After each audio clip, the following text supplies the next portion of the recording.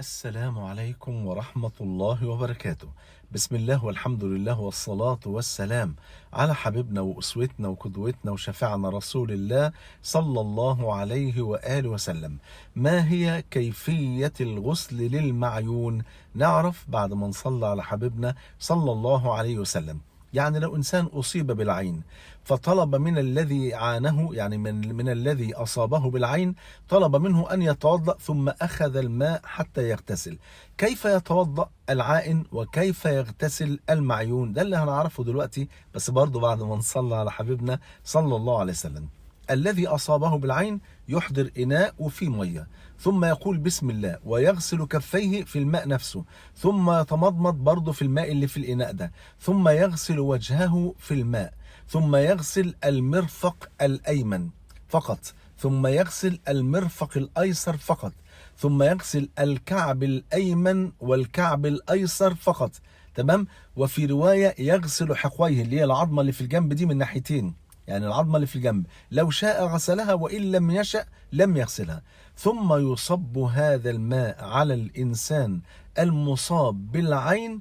لكن إن كان الأمر طبعا يعني إن شاء الله يشفى من العين بفضل الله سبحانه وتعالى، لكن إن كان هذا الأمر كما قلت سابقا سيكون سببا في الحرج أو في العداوة بين الاثنين، فمن الممكن أن يكتفي المعيون أي الذي أصيب بالعين أن يرقي نفسه بالفاتحة والمعوذات صباحا ومساء حتى ينتهي أثر العين بفضل الله سبحانه وتعالى. لأن حضراتكم عارفين في زمن الصحابة كانت القلوب صافية.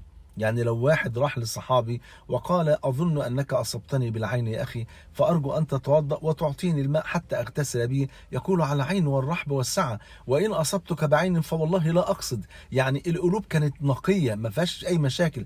النهاردة لو رحت قلت لواحد أو حضرتك رحت قلت لواحدة أنت أصبتيني بالعين، طبعا ممكن الإنسان يسمع ما لا يحمد عقباه.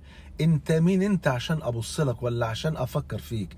انت ما تعرفش انا مين، او وهي تقول لها انت مين انت عشان ابص لك؟ انت احسن مني في ايه؟ الى غير ذلك من الكلمات، بالاضافه بقى للعداوه التي ستحدث بعد ذلك.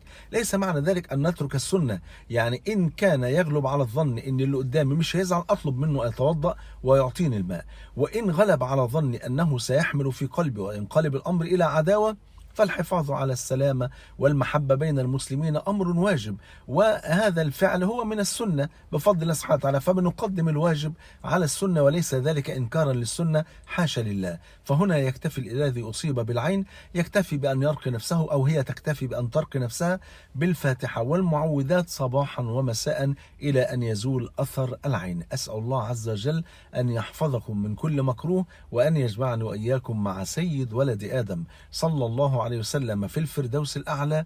بحبكم في الله، والسلام عليكم ورحمة الله وبركاته.